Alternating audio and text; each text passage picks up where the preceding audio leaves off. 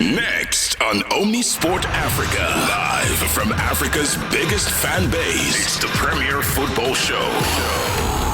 The world's premier football leagues explored. Tap in! Equalizer! Omnisport. On your phone, online, and on demand. It's Game On at Africa's only digital sports broadcaster with Omnisport Africa's Jermaine Egesa. Hey, good morning. You are live on Omnisport, the ultimate African sports audio channel, streaming data free on the MTN network in South Africa. Jermaine Egesa here on what is turning out to be a pretty hyper day, right from Omnisport Breakfast with Chisom Kevin and my brother Mbolelo Thinta, down to the rarely excited voice of Inside SA Soccer, the veteran Brad Jex, and now here on the global football stage. Ladies and gentlemen, welcome to the Premier Football Show. Omnisport Africa, the ultimate African sports audio channel. On your phone. Data free on the MTN network in South Africa. T's and C's apply at Omnisport Africa on social and online at omniaudio.africa. All right, well, loads in store today, including an exclusive interview with the CEO of one of Uganda's most successful and respected brands, KCCA FC, as she shares insights on their stadium construction as well as what's happening at the Citizens. Elsewhere, Malawi are in the news. For the lads, a head coach works the plank. For the lasses, 90 minutes away from a walk into the finals of the CECAFA tournament. Also today, Zamalek and its personnel do finally catch a lucky break following their recent fiasco. But will Arsenal, Man United and Newcastle catch their men? The transfer rumor mill is up and running. Plus, those three teams were part of the 6 games played in yesternight's Carabao Cup action. We have the fallout from the straight knockout competition. These stories, your comments and contributions all in the show specifically tailored for you. This is the Premier Football Show. Well, let's kick it off from Malawi, where Patrick Mabedi is, with immediate effect, according to the statement we have seen, no longer head coach of the Malawi Flames. Now, the Malawi national team did announce the departure of their head coach earlier on. And according to the document that I did get to lay eyes on, it did say the Football Association of Malawi wishes to inform all stakeholders and the public that it has terminated the contract of the Malawi senior men's national football team, coach Patrick Mabedi, with immediate effect. According to the statement that was released, this does come in line with the resolutions that were made by the Football Association of Malawi when they held an emergency committee meeting on the 28th of October 2024. Of course, this quickly comes on the heels of the fact that Team Malawi had failed to surmount the challenge in the qualifiers and go ahead and qualify for the AFCON 2025. So as a result, for failure of qualifying for that, as the adage goes, heads had to roll.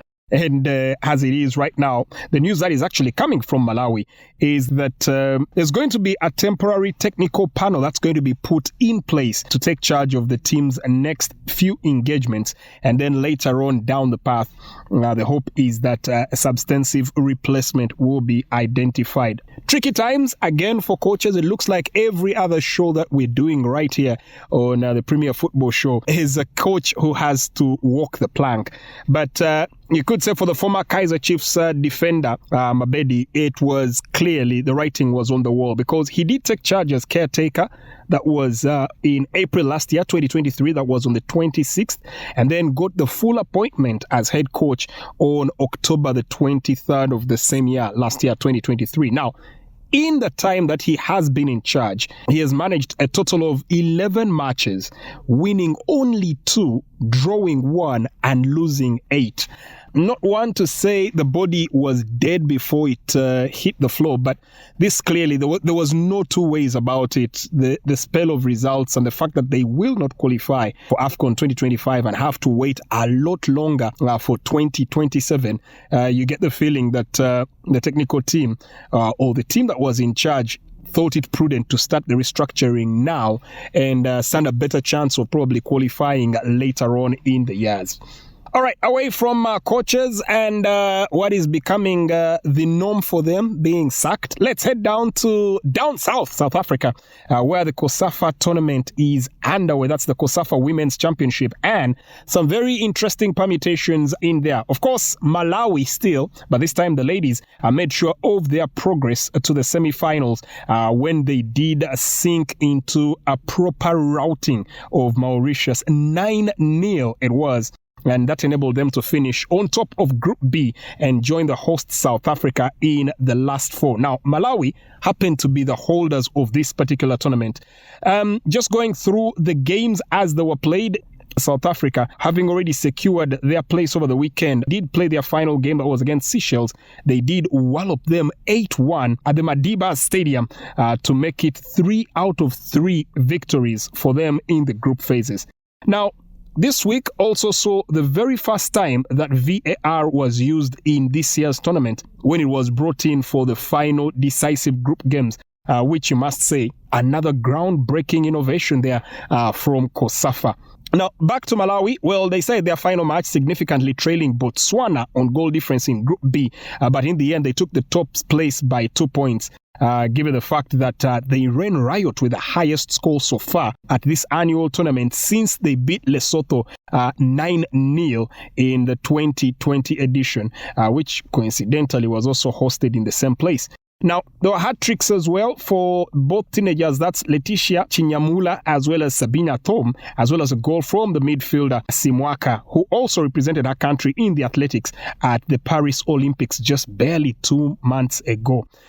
Elsewhere, at the Isaac Wolfson Stadium, Botswana were held to a goalless draw by a 10-man Madagascar, who saw Marie Sarah Raswanandrasana sent off in the 50th minute, but held out thanks to the heroics of the goalkeeper there, Anastasia, who made sure that she kept them quite in the running. Now, for Botswana, they needed a win to stand any chance of taking the top place, but as hard as they tried, they were met with plenty of resistance. And in the end, we also had Namibia finishing runners-up in Group A after Zenatha Coleman scored a brace in their 2-0 victory over Eswatini.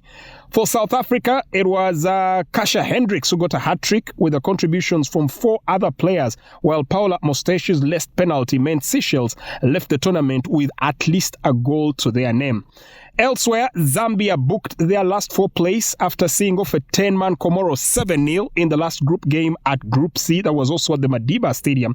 And after Comoros had Nasrini Hadhairi sent off for an incident as early as the first minute, Frida Mokoma scored a hat-trick, Ochuba Lubanji netting a brace, as well as Regina Chanda and Charity Mubanga each getting a goal to make sure the Copper Queens finished on top of Group C with 6 points and yet to concede a goal. Now, what happens is that sets up a repeat clash with Malawi, who had already booked their spot, like I did say, and there's a chance for Zambia to exact revenge for their 2-1 loss in last year's finale.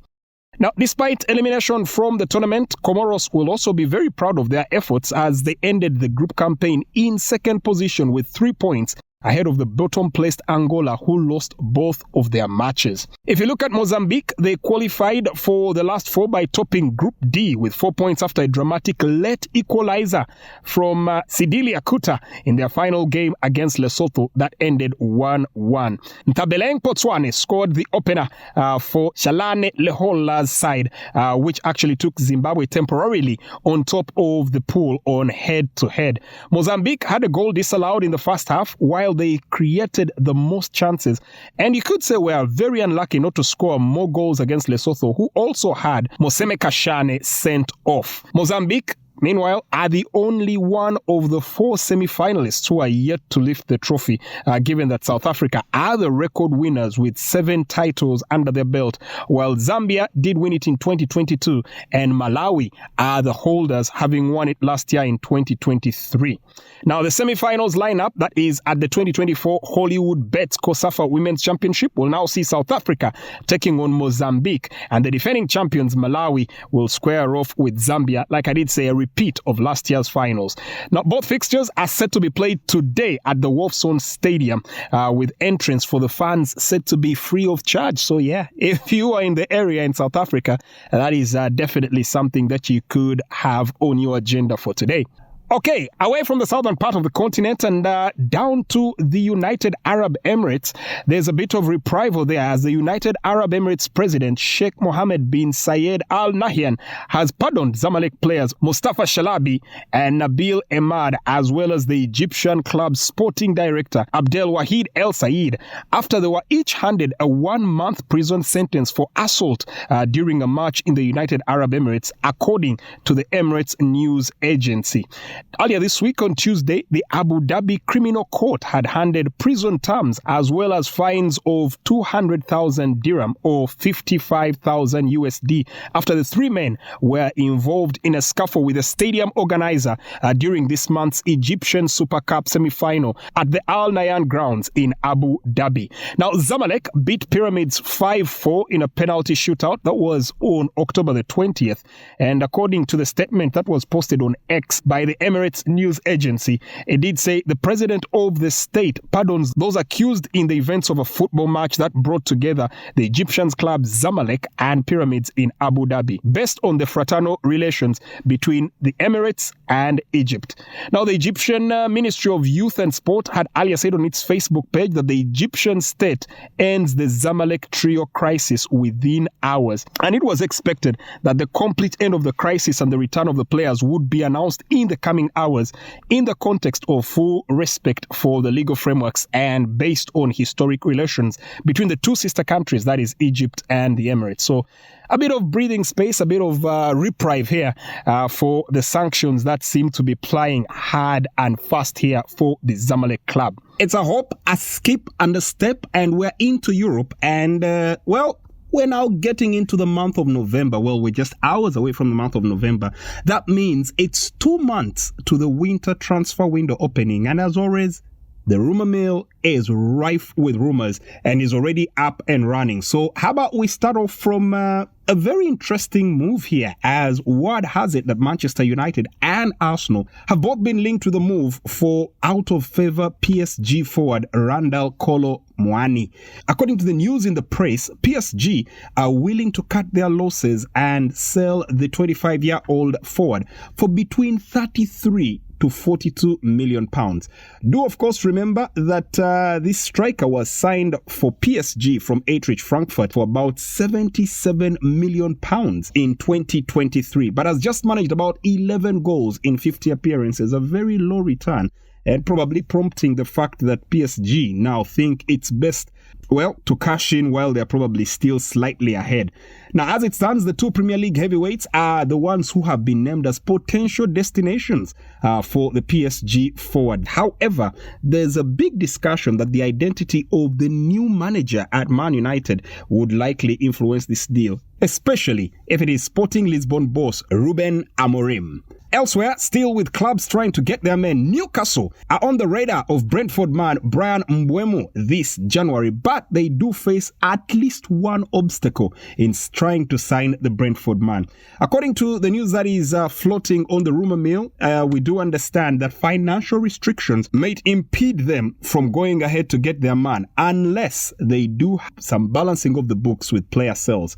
So as it is at the moment, manager Eddie Howe is already in discussions there on the possibility of signing the Brentford winger. But it's going to be a bit tough because of how much money they have been using in the prior transfer windows, trying to strengthen their club. And if a big money signing is to be made in this transfer winter, then it means the club may have to part with someone significant in the summer. Now, the club has already cut ties with wingers Elliot Anderson to Nottingham Forest and Yankuba Mente, who went to Brighton, in order to avoid breaching the profit and sustainability rules. So Newcastle have spent about £400 million on players ever since the takeover in October 2021, but they have totally struggled to recoup that kind of money in player sales. Well, nothing like a good touch of the rumors to get us going this particular morning. How about we now cue a break right now? And when we do get back, hey, Anisha Muhoozi, the CEO of KCCA Football Club, jumps in on the premier football show right here on Omni Sport. You're listening to Omni Sport Africa, where Africa comes to play.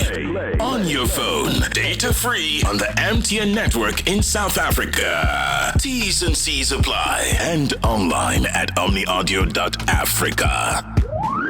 When you get up in the morning, Max cares, or I don't think he cares. He's as ruthless a winner as he is a loser. So he's being a ruthless loser now, and he's trying to make the most of a bad situation at Red Bull.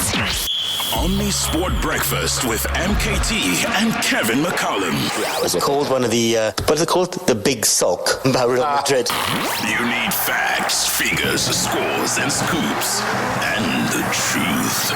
You remember back in our heyday, which is like with the dinosaurs, you and I, Kev, 90 overs a day was regulation. Yeah, it's what you're supposed to get. I mean, that's why you pay your money. Can he score? Yes, he can.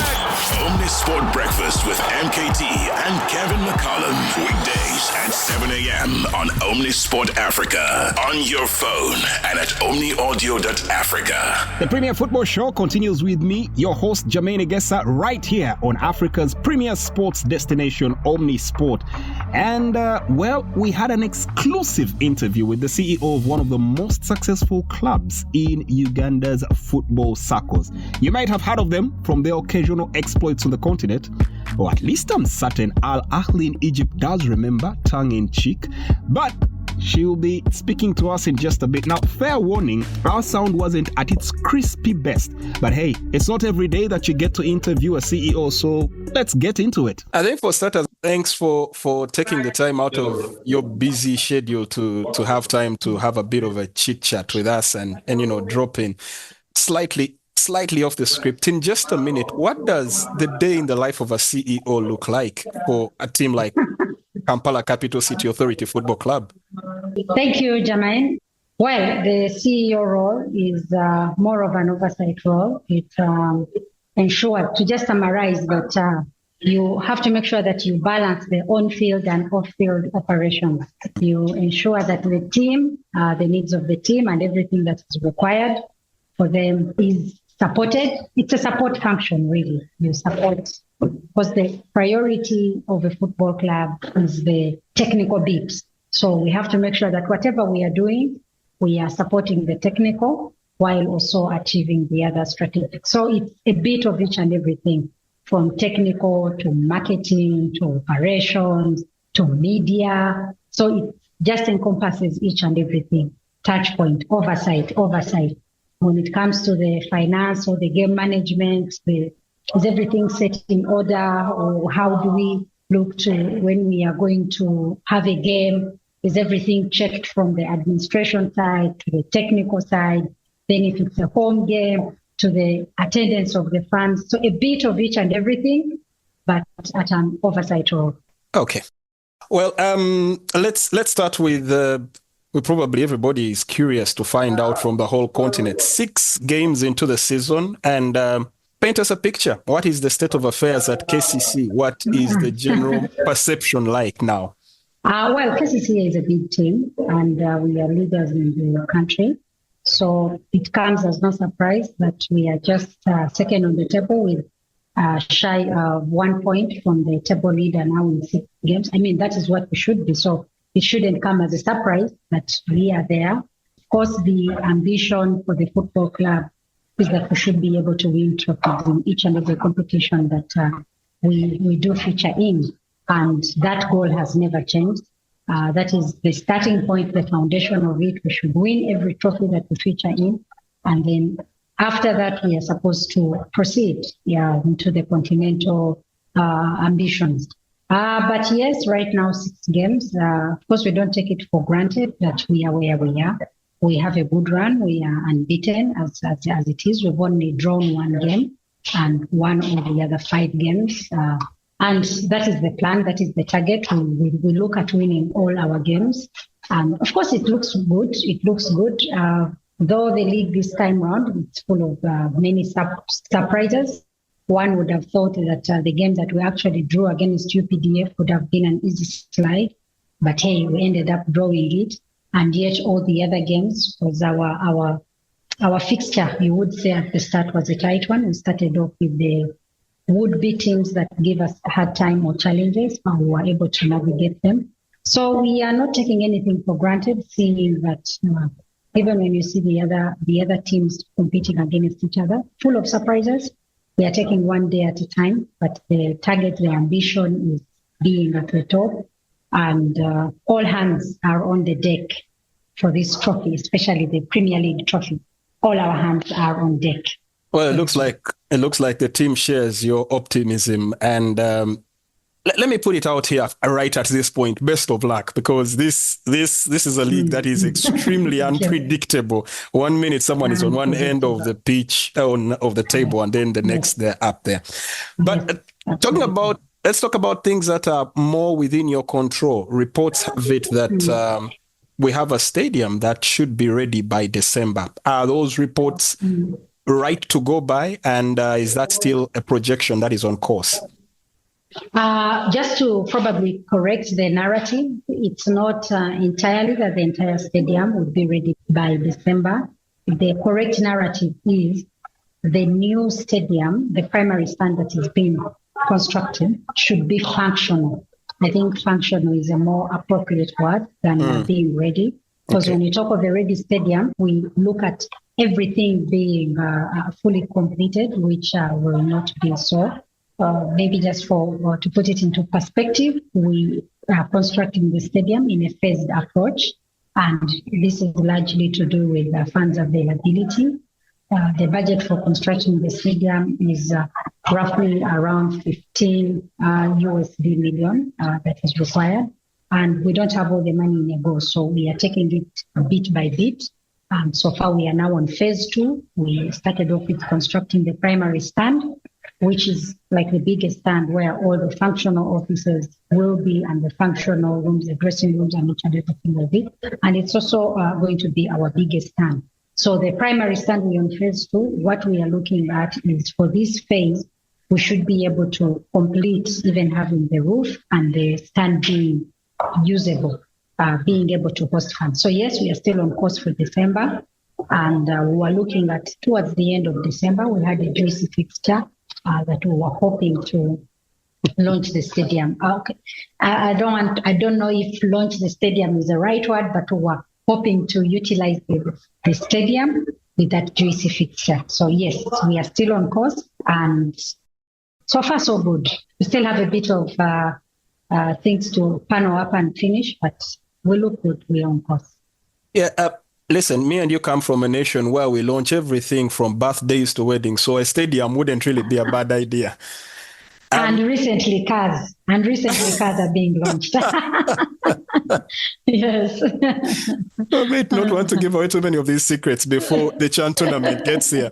But talk to me, infrastructure and this is not just in relation to Ugandan sport only, but because we've seen a couple of our neighbors as well struggling with stadiums, especially in the recent CAF games. How has this impacted the development of the game, especially when you relate with regions, say the northern part of Africa, that have infrastructure in abundance? Well, I can tell you it's no secret. We are struggling as a country.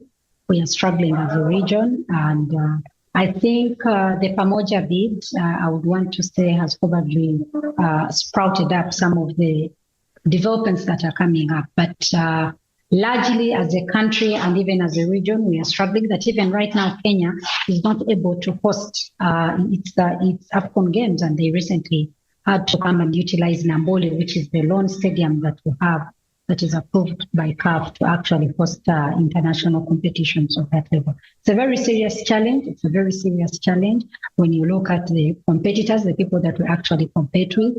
You know, infrastructure plays a very big role in terms of, you look at us, you know, when we were not hosting at home the AFCON, our results were shaky, and you cannot take it away that it had a very big component on how the team performed. And right now, with us, with the games in Nambole, we've not lost the game in Nambole ever since we returned back home. And that goes a long way to show that you really need to have infrastructure readily available for your players to be able to acclimatize and take advantage of the home advantage. But right now in the region, look at the Premier League, we struggle, and it's a very big challenge. But that all comes up to the government policies. What does the government think about this? Are they moving in the right direction? But I want to appreciate that I think with Pamoja, we are on a good path. We see that already in Uganda, we have constructions that are already going on. We have Chambogo that is on track. We have the Hoima Stadium that is also underway. And I think the future is bright for Uganda as a country. I also know that developments are also happening in Kenya already. These constructions that is ongoing. Of course, there are teething issues here and there, but those are expected. And I believe that if the government continues with a deliberate effort, because it has to be a deliberate effort, what North Africa has done is a deliberate effort that has been taken on by the Federation and even by the country. You look at all those other countries. Look at Rwanda, for example, our neighbor. Look at what Rwanda has been able to do. And what does that say? It's because of the government policy. The government has been very intentional in seeing that infrastructure is developed. And if there is an intentional move from government, then infrastructure issues will just be but a fallacy. But right now, I think we are moving in the right direction. We just need to stick to the plans and ensure that the government funds are available, because infrastructure takes a lot of money. It takes a lot of money if you want to invest in a multi-standard stadium. So it requires a lot of good planning from even the government side. But a big challenge, but I am positive that we will soon overcome it. And I'm sure that when we have the CHAN competition in East Africa, that is also going to open up the government. It's going to open up the different governments to see what actually sport can be able to do. I think not so many people appreciate the power of sport and what sport can actually do to the economies. And that is something that we as the sports people who are in this game, we need to demystify. We need to show them that sport is not a recreation activity only, but it actually has the power to turn around the economy. And we are looking forward, CHAN. I know that in the plans, preliminary plans, we are supposed to be hosting a group, Kenya as well. So if everything goes by plan, then I am sure that we will be able to feel the positive effect of sport, and then the tides will obviously change for the better. You touched a raw nerve, and well, sticking to the plan, I promised I would be done in a couple of minutes. My counter is telling me I have 3 minutes, but you were talking about something that is very pertinent. Maybe we shall have that discussion at a later time.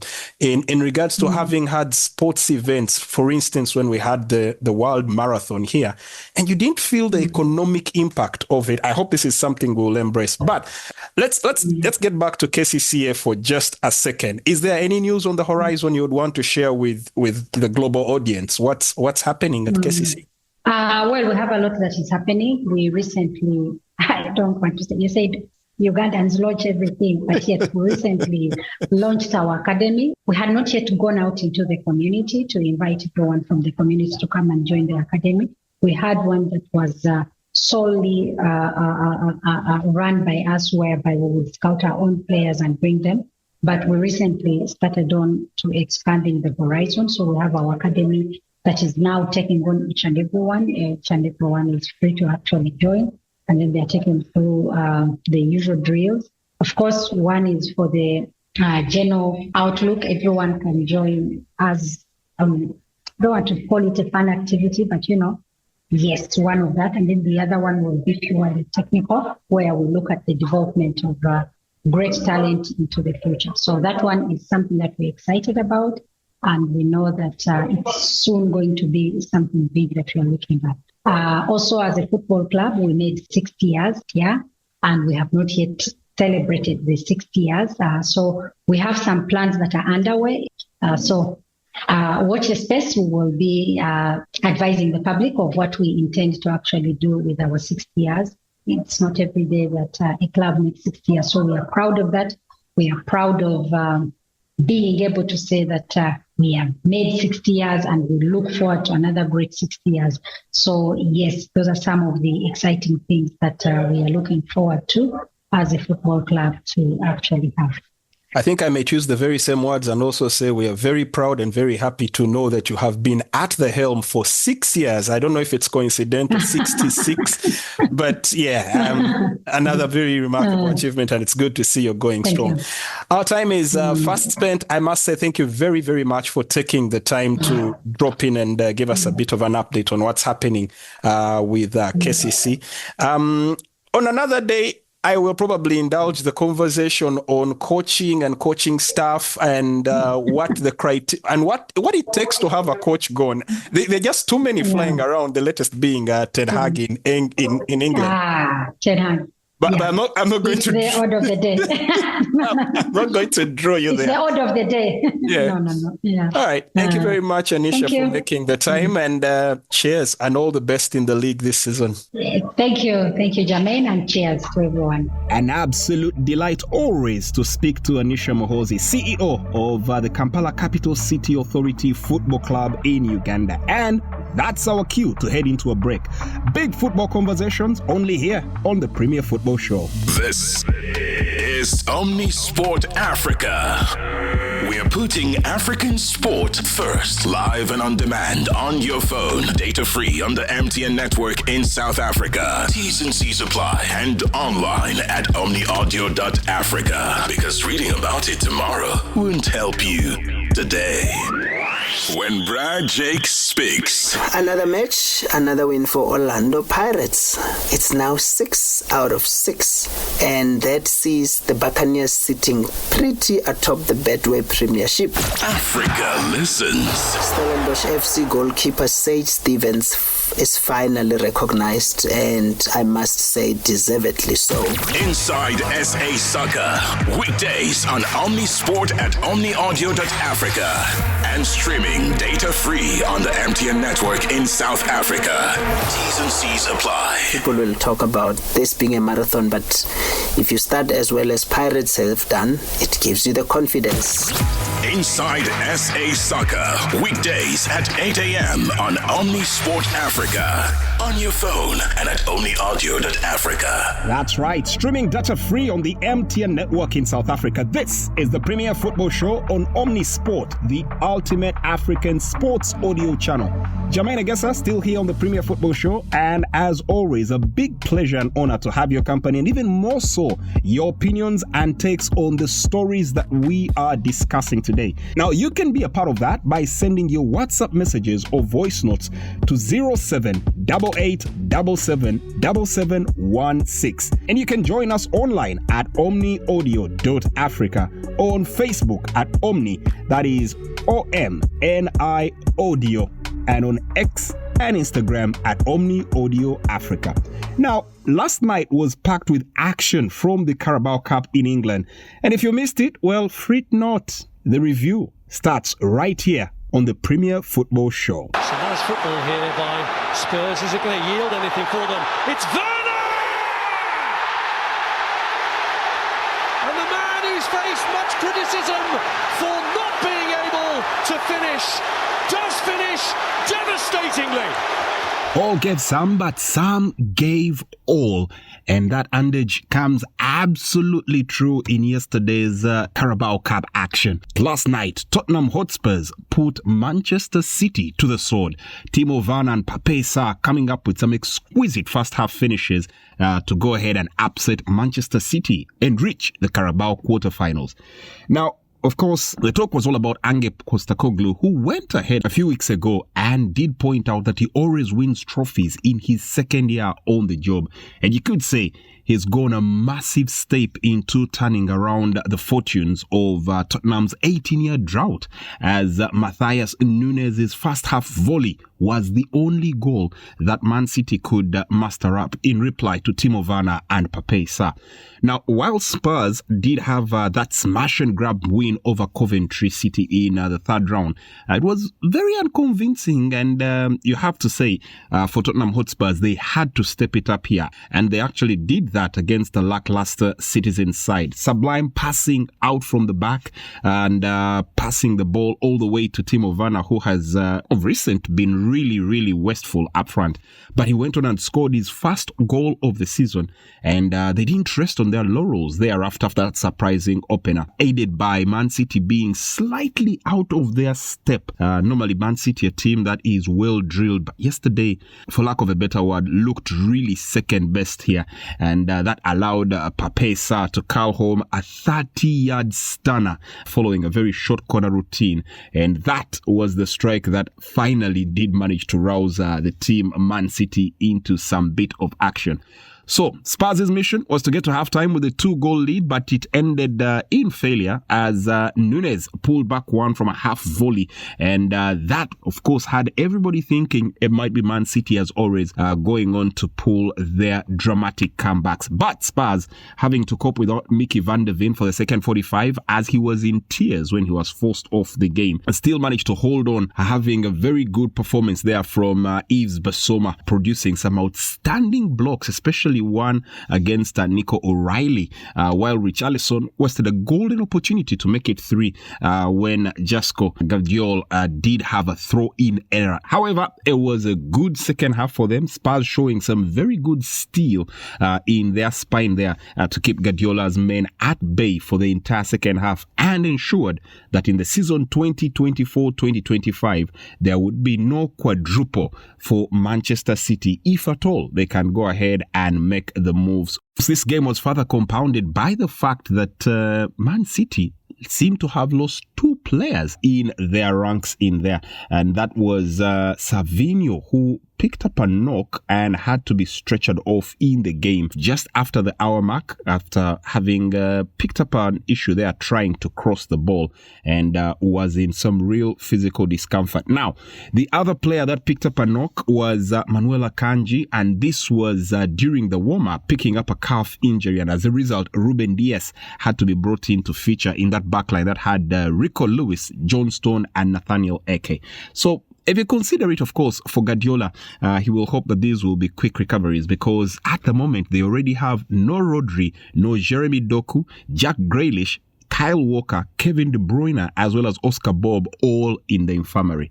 However, for Pep Guardiola, his focus was on the fact that his team finally lost, and this is what he had to say. Pep, it's such a long time since your team lost. Congratulations. This is the new. The new is not lose. The new is how long time didn't lose it. Of course, with the FA Cup final, we're a little bit hangover, but yeah, it's a good news. I don't like to lose, but this competition is a little bit different, and I like to see the team how we behave, the courage and the solidarity and how good we play. So I like it. Still, I like it. Pep Guardiola, as always, an engaging and an enigma character, as he did talk about their loss there to Tottenham Hotspurs. All right, first on, we move from Manchester City and to Crystal Palace, who seem to have finally the gloom that has been misting all around Selhurst Park, finally lifting off them. Had a very poor start to the season, but all of a sudden seem to be turning their fortunes around following yesterday's 2-1 victory over Aston Villa, marking back-to-back wins for them for the first time in the season 2024-2025. Aston Villa looked largely in control from the onset, but a couple of misplaced passes did allow the visitors, Crystal Palace, to launch some swift counterattacks, of which they are definitely quite adept to. And Aston Villa were punished as Eberechi Eze guided a header into the bottom right corner from the penalty spot after a swift break, giving the side a 1-0 lead in the first 10 minutes. Now, they continued to press their advantage and looking dangerous, but it was Aston Villa that found a way back into the game when Leon Bailey cutting the ball back to Jean Duran just around the area, and his effort squirming under the former Arsenal goalkeeper Mert Turner and into the near corner to allow Aston Villa draw level 1-1. There was an early threat of an injury to Eze. That was in about the 18th minute, and Adam Wharton in the 27th minute, which seemed to have destabilized the very strong start that Crystal Palace had put up in the game. And for some reason or another, Oliver Glasner's side continued to find ways to break up Aston Villa's tempo and keep us streaking forward with every opportunity that they did have.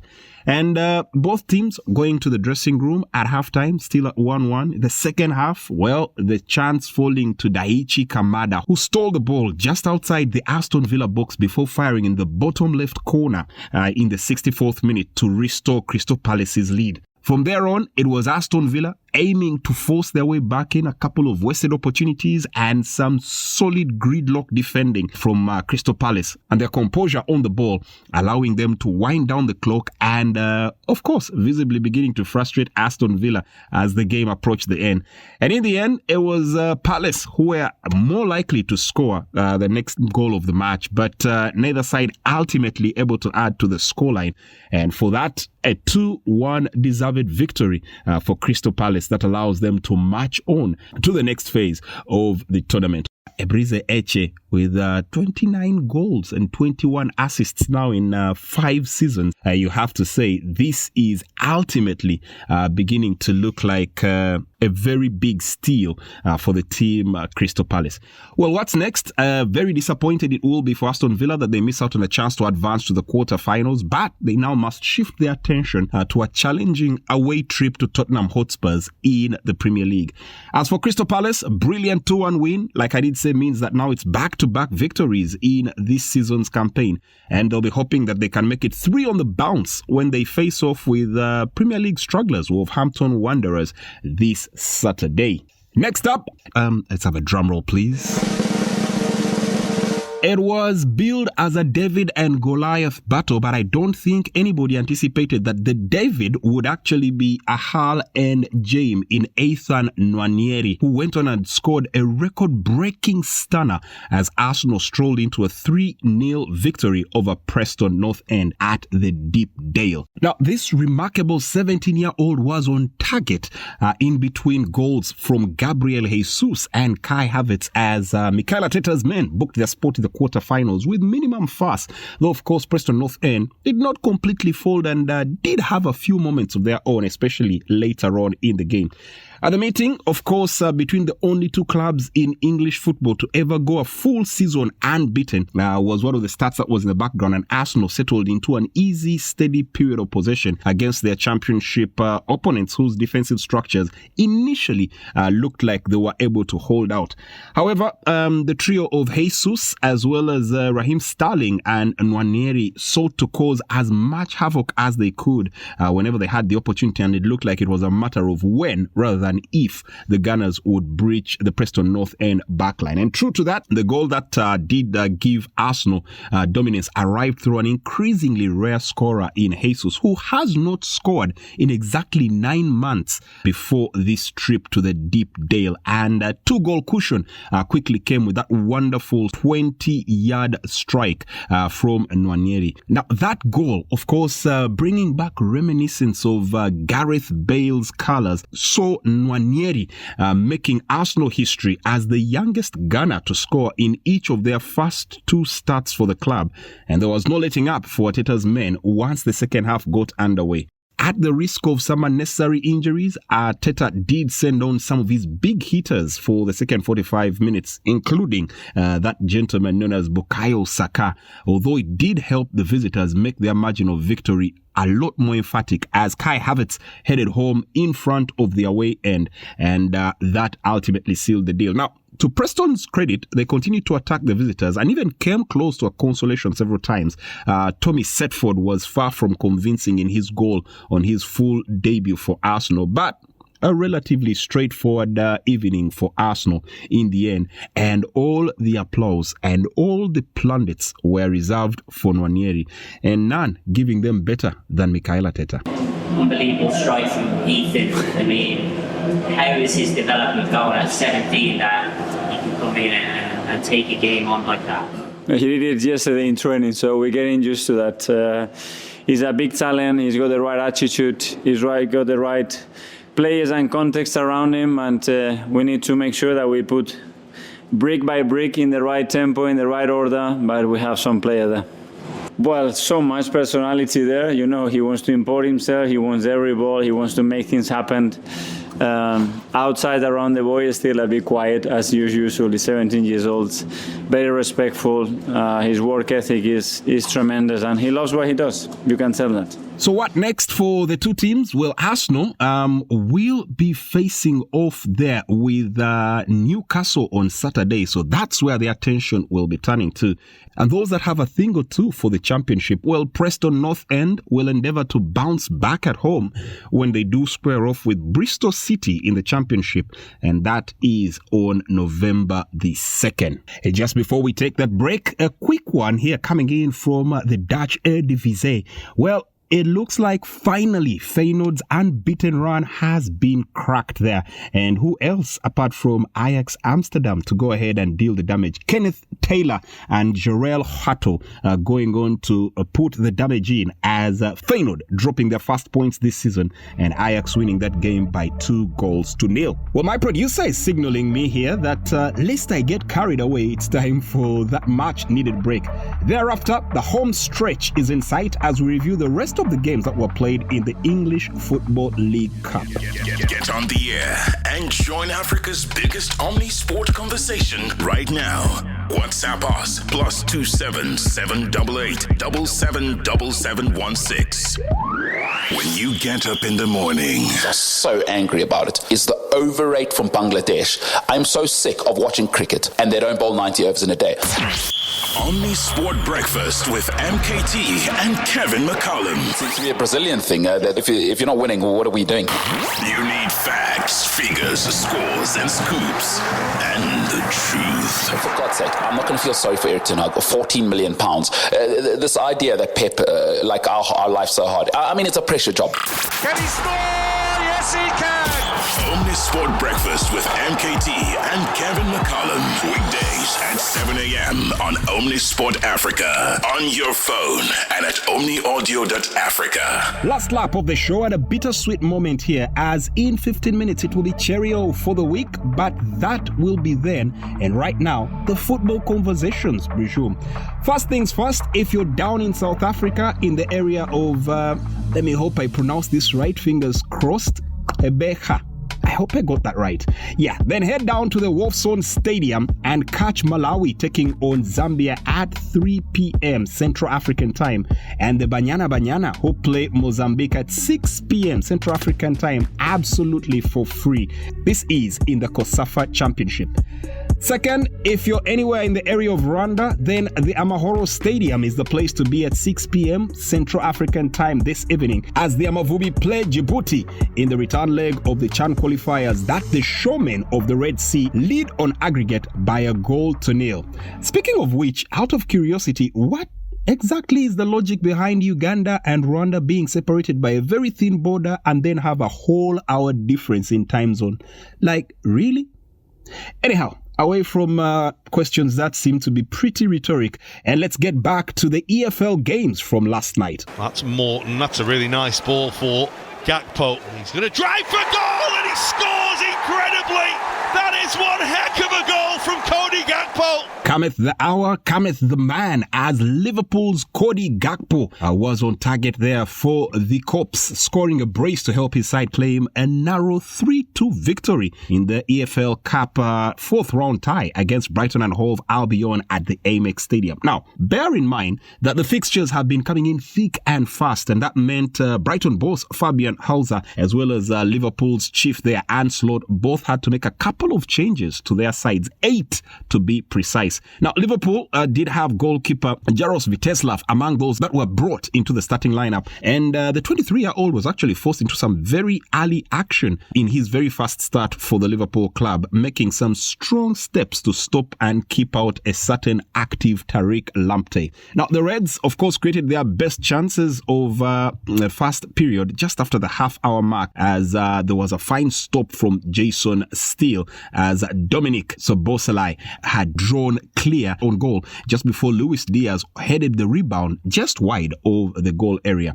Now, they were unable to find the breakthrough before the break, but that changed soon after in the second half as Cody Gakpo found the net within a minute of the restart. He then went on to make it 2-2 as he netted the second after stealing possession from Tariq Lamptey before Simon Adingra found the net to give Brighton a lifeline in the 81st minute. At that point, scoreline reading 2-1.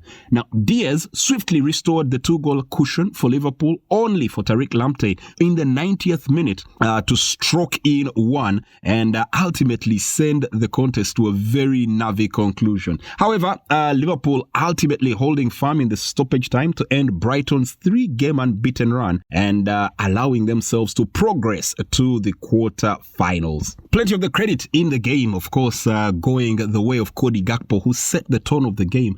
And Slot was right on cue, waxing lyrical about his man, but also highlighting the competition for places in Liverpool. I mean, Cody's been in a good moment for quite a while now, hasn't he? Yeah, but I think Cody has been, in my opinion though, for I think the second half of the season last year, he's got a lot of goals already. So he's been a good player for Liverpool for a long time now, and he continues doing that, and that's a good thing. Just on Cody, how close is he to being a regular starter for you, being one of your first choice players?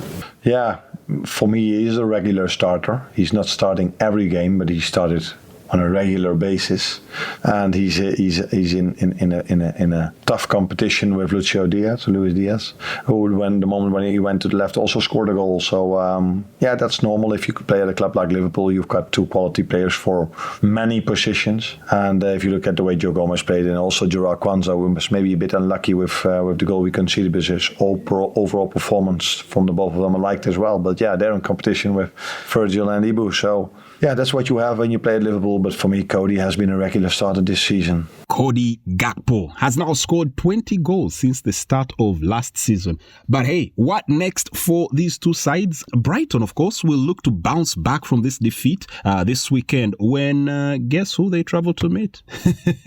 It will be Liverpool once again at the Anfield Stadium, and that will be this Saturday. And for Liverpool, well, they'll be determined to continue their fine form after winning 9 of their last 10 games in all competitions.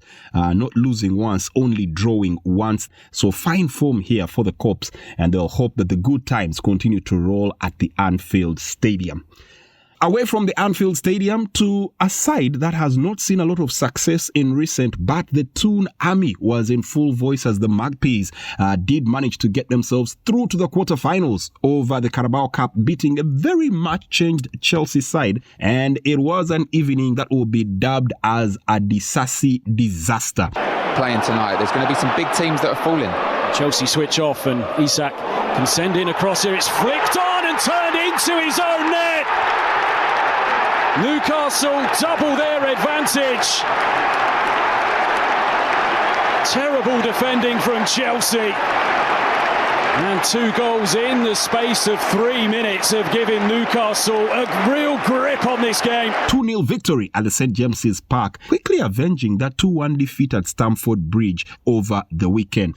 Now, a quick fire double that was midway through the first half saw Alexander Isak pounce on a Chelsea mistake to put Eddie Howe's side ahead before an awful moment later for Axel Disasi, who got his feet tangled up in the 6-yard box and put the ball into his own net, sealed the deal. Now, despite dominating in possession, it was Newcastle who actually had the better chances of the goal as well, with Joelinton hitting the post earlier on, then Sandro Tonelli squandering a decent opportunity before the second, as well as Shane Longstaff having a goal ruled out for offside with 15 minutes remaining to play. João Felix saw a couple of golden opportunities trickle wide, but Chelsea, to be honest, really struggled to create much in the latter stages and drew a blank for the first time since the opening day of the season.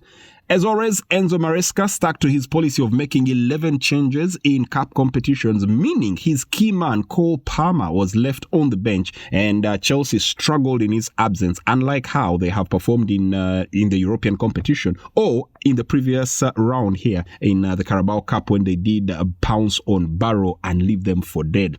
In comparison, of course, for Ed Howe picked a strong Newcastle side as they look to end their 56-year wait for a trophy in a competition where they actually reached the final last year, 2023. Isak joined, of course, in that attack by the returning Anthony Gordon, and you have to say Sandro Tonelli was also in a starring role in that midfield, which actually helped the Magpies collect their spot in the last 8. With one fight loss for Chelsea, they now have 3 more fronts to compete in, and as favourites for the Conference League, I think now that looks like the most likely route towards silverware for the Blues this season. Of course, won't come as any consolation to the Chelsea fans, but none knows the game any better in how it was played in its entirety than the man himself at the helm, Enzo Maresca. Now we need to get better in many things, but we didn't concede any chances from the pressing 2 days ago against them,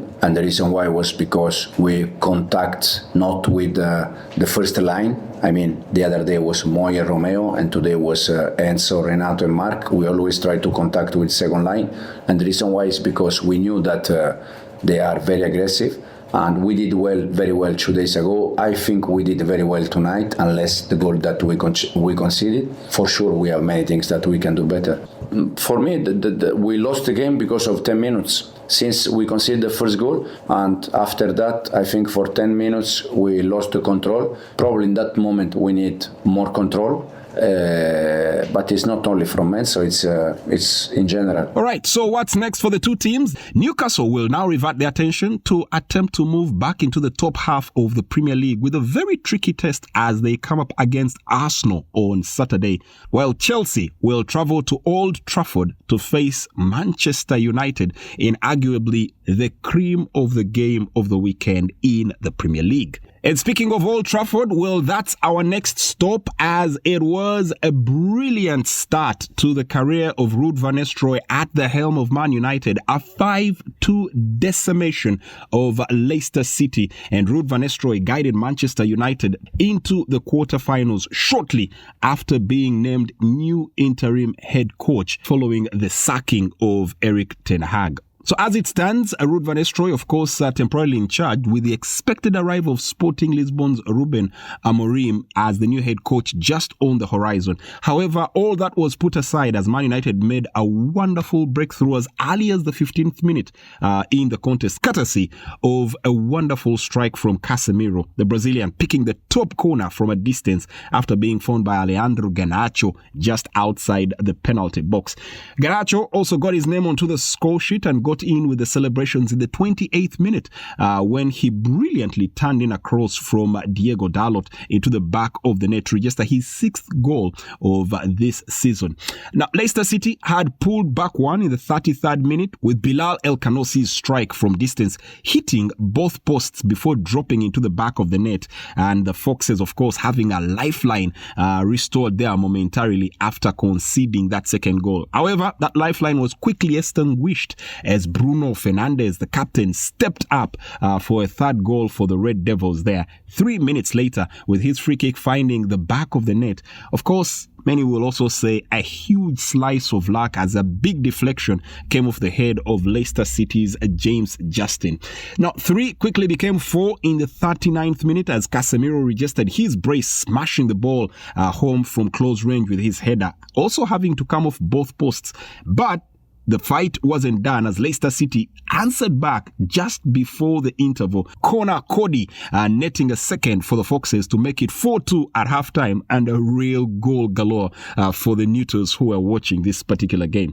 Now, United put in their 5th just before the 60th minute. Fernandes making the most of a short pass from Caleb Coley before rounding off the Leicester City goalkeeper and finishing from close range. And that proved to be the end of the scoring, with the 20-time English champions comfortably progressing to the quarterfinals of the competition. Ruud van Nistelrooy, the most happy of all men, and well, it was quite evident in all that he had to say. But there was also resilience. What we did notice today was that when Leicester scored, heads didn't drop. The intention was to just get back and attack again. Yeah, that's the intention, and I think it's always the target for us to react and go straight back into to attack ourselves. And but I have to say the reaction of the players after these moments were excellent, and they deserved the credits all for a good win, and happy that the crowd goes home with a nice night of football. Now, I appreciate you can't comment on Ruben Amorim because it's not confirmed yet that he's the new Manchester United manager. But as those negotiations continue, you're happy to remain in interim charge and help the club? Of course. I came here as an assistant to help the club. And now in this role, I'm helping as long as I'm needed. And in the future, in any capacity, I'm here to help the club further to build towards the future, and that's what I'm here for. Well, for how long will he be in charge at Manchester United? Your guess is as good as mine, and he seems pretty committed to staying on and helping out the team. But what next for both teams? Well, now they will switch their attention back to the Premier League with Manchester United, like we did say earlier on, welcoming Chelsea to the Old Trafford Stadium on Sunday afternoon for that mouth-watering clash in the English top flight. While Leicester City will have to lick their wounds and quickly hope to find a soothe from their disappointing exit of the Carabao Cup when they resume their league campaign away to fellow strugglers Ipswich Town on Saturday afternoon. And that's it for today. Thank you very much for being a big part of this show. This wouldn't be anywhere without you. And so, pat on your back for being with us all the way from the very beginning of the show. Thank you very much. The Premier Football Show will return tomorrow, same time, same place. It will be a different cast as Onah Kosi and Dorcas will probably be here to run you through what's happening in the footballing circles. But for myself and the entire production team, it is thank you very much, God bless, and we'll do this again next week, right here on Africa's premium sports destination, Omnisport.